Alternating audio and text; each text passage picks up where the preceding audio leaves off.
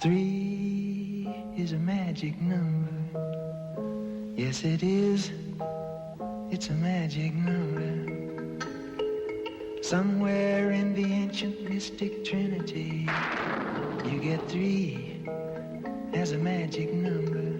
The Holy Trinity, the very mysterious, very sophisticated notion, unaccountably believed and accepted by people who have absolutely no idea how to explain it, that God is not just the Father and the Son, but actually the Father and the Son, and also something called the Holy Spirit. For such was named Trinity Church, which is situated a block south of Zuccotti Park, right at the lip of Wall Street. The most important fact right now for Trinity Church isn't a trinity at all, but a duality. That is, Trinity is not only a powerful, active parish church in the Episcopal Diocese of New York, but also something a little less Christy. Here's Eric Jackson, community minister at Judson Memorial Church, to explain. Because Trinity is also the 3rd largest real estate holder in New York City. And within Trinity Church, you have a lot of people who identify, who are also identified with larger corporate structures in the world today. So I think Trinity Church should be the church that it claims to be, and not identify with the corporate enterprise. And Occupy Wall Street has been having better luck with churches recently than real estate corporations. Brookfield Properties recently having ordered the occupiers' violent eviction and dispossession and supervision by private security guards and barricading in while they protest in the cold. And the situation with Trinity is not much better. Among Trinity's properties is the one Occupy Wall Street is after. Here's occupier Laura with the description. Access to a site at 6th Avenue and Canal Street. We chose that site because it's high visibility. It's right by the Holland Tunnel. It's Trinity owned. It's been slated to become a high-rise residential tower, but the zoning hasn't been finished yet. And the zoning hasn't even gone through Community Board 2, which is the community board district in that area. And that's not going to happen until at the earliest, October of next year. So we're saying this site has stood vacant for 2 years. It's probably going to stand vacant for another year. We could use this. The whole community could use this better.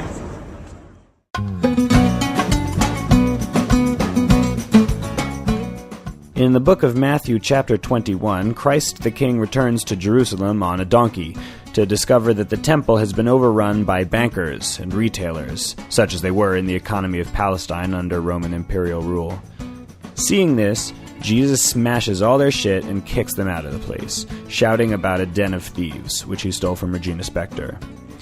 The parable raises a question for Trinity Church. Are you the temple or the capitalist? The church or the corporation? And as a follow-up question, Trinity, if the Nazarene carpenter were to behold your iniquities, what would Jesus do? I am unlikely to offend many citizen radio maniacs by accusing religious tradition of promoting repression, especially of women and homosexuals, but also of anyone championing the values of the Enlightenment, intellect, reason, culture, free inquiry, free expression, and the retention of human rights. There is, though, a different religious tradition, from the liberation theologists in Latin America to the Baptist churches across the American South, where revolution was preached against racial subordination during the Civil Rights Movement.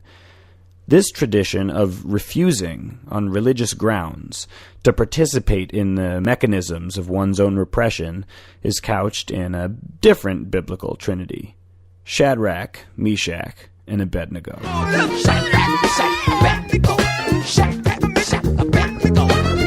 Shadrach, Meshach, and Abednego were 3 Jewish boys whose story is told in the early chapters of the book of Daniel.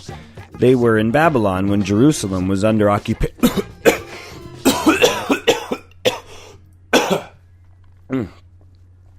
When Jerusalem was under occupation by Nebuchadnezzar's Babylonians. In the royal court, the boys cited religious grounds in refusing to recognize the authority of the Babylonian king, and their defiance earned them a one-way ticket to a fiery furnace, there to be executed.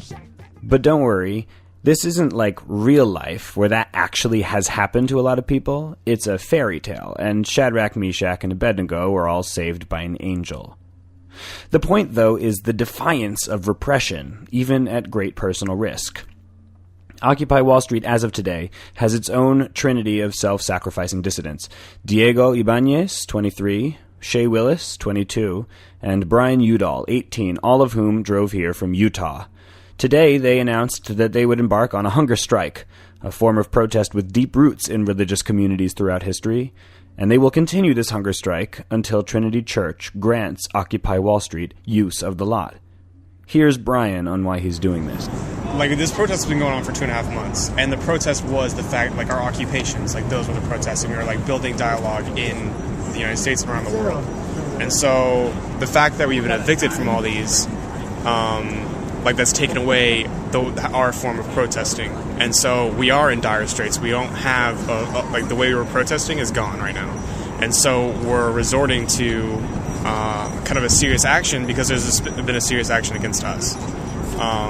And so we're going to be doing this, and then we're going to be calling on all the occupations that have been evicted to hunger strike for their own occupation. And hopefully this will cause just a reigniting of the movement.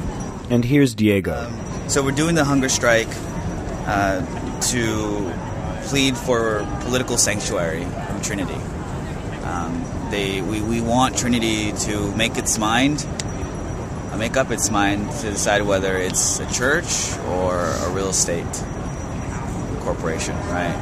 And we believe that space is a crucial and essential part of freedom of expression and for our movement to survive. And this is why we need space. And we definitely think it's important enough to put our bodies on the line. We're going to ask people to join us eventually. Shea is quiet and declines to comment. It's a bitter cold morning in Zuccotti Park, but the guys have a lot of support from people of faith. The event at which this announcement is made serves not only as a launch for Title, a new journal of Occupy theory and strategy, but also an injunction from the city's religious leaders that Trinity give over use of the space. Some of the religious leaders here might have beef with Trinity for less noble reasons, but today they come together for the cause. Some of the clergy in attendance, like Reverend William Grant, pastor of Tribeca Spiritual Center and co-chair of the Lower Manhattan Clergy Council, are aware that the occasional Occupy Wall Street protester might harbor a certain suspicion of religion and religious leaders. In my mind, it's fundamentally a question of power. And the powerful are very smart. They use all the instruments of society for repression. And religious organization has often been used as a tool of repression. Economics is used as a tool of repression. Gender and role stereotyping, all these things are used by power to oppress. It's important for all of us who have an interior life, no matter how you might describe yourself, to use the power of that interiority in a transformative way. To say that we do not accept oppression, and we ourselves are not oppressors. We are transformers in the power of the Spirit to remake this world in sacred image. And we can make that statement from a variety of points of view, no matter what our label is, because there is so much that we share in common. And I think what we try to do is to affirm our common humanity. As spiritual people, we see that commonality undergirded by a powerful spiritual expression. And we use all of our imagery, all of our history, which is rich in solidarity with social movements of this kind. We use all of this to be a transformative force, from my point of view, remaking this earth in the spirit of the Eden that it once was. Using the people's mic, here's Bishop George Packard, chief chaplain of the Episcopal Church, which is Trinity's denomination. This park still roars with the dust of 9/11. This park still roars with the dust of 9/11. Yet it softens as our restored sweet home. Yet it softens as our restored sweet home. The birthplace of a movement. The birthplace of a movement. Next to me is a building where the Federalist Papers were written. Our nation can trace roots right here. And so it is in God's mystery that our movement began here. In the hot days of July, quietly, slowly, building, swelling, beyond the bounds of this dear park, and around the world, history continues. There will be justice, and equity for all. Not a few will have fairness in their lives, but all. All means all.